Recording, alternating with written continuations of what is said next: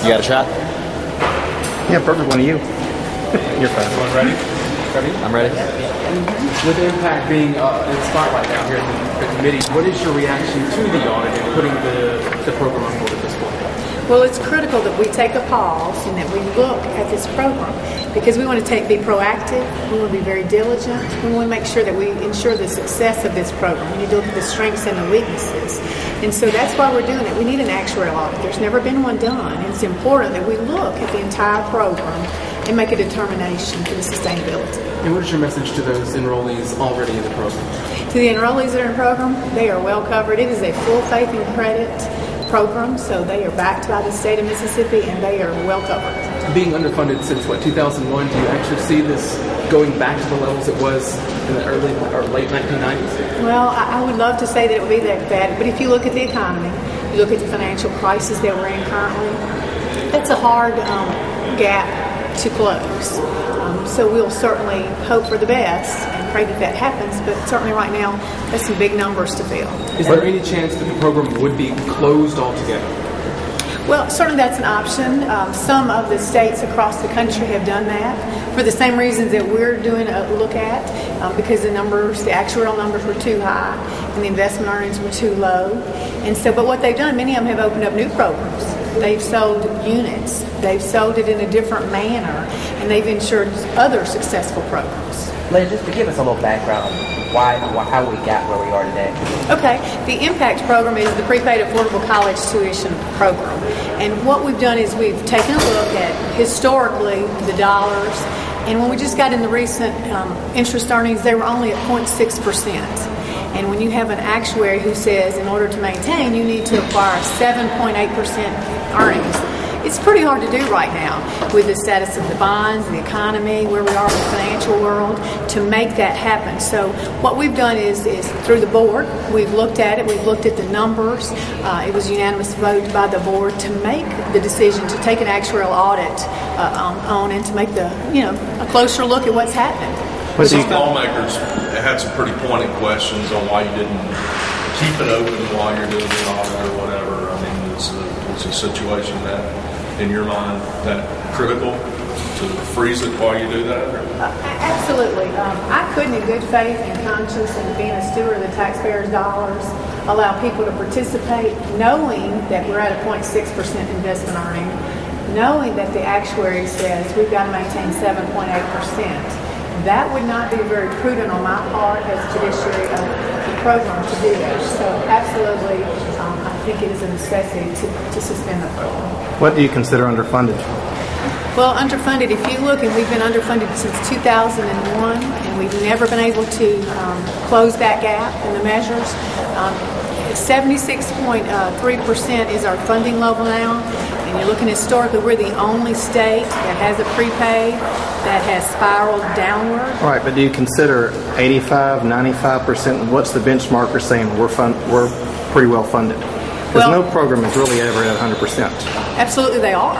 There are 10 programs right now across the country, and of those 10, all but one, excluding us, is at 98%. The others are either funded at 100%, 106%, 101%. So, and the reason is they have bigger infusion of capital, they have more accounts, more participants, and they've been able to manage through the dollars like that.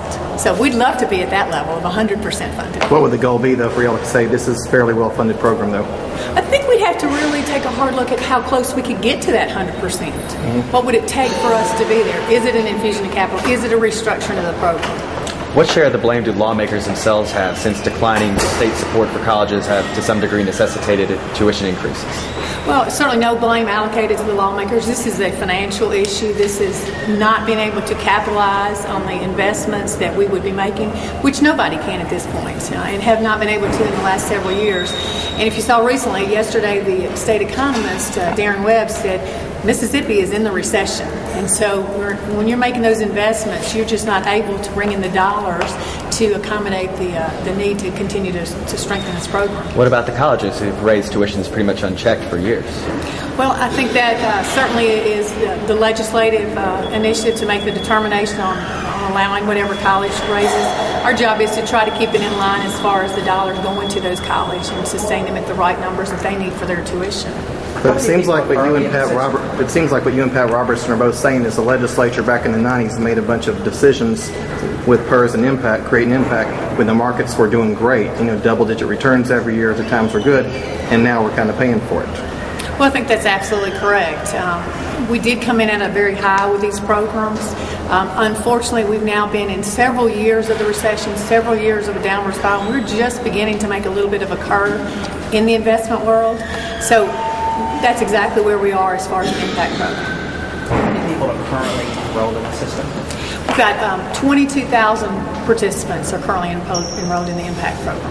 And again, none of those enrollees will be affected by this. Not at all. They are very well protected. Their contracts are backed by the full faith and credit of the state of Mississippi. How many states do that now? Did you say full faith and credit? There's only one of them that has the full faith and credit. Many of them have shifted the responsibility and liability to universities, to junior colleges, or they do it in a hybrid type. But with Florida, which is 100% funded, over 100% funded, has the full faith and credit. There's only one other. I thought Massachusetts and Washington. There are four, but they have also a hybrid backing as far as the straight full faith and credit. How many at one time? Are there a lot more at one time? At one time, they were almost in every state across the country.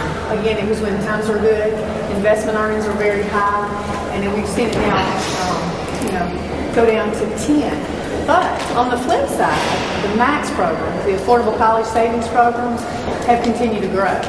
You still have a savings plan in place. Our MAX program is still open. We will continue to outreach and grow that program because we need a savings for parents, grandparents, whomever to invest in their children's lives, to get them to school and get them to the workforce.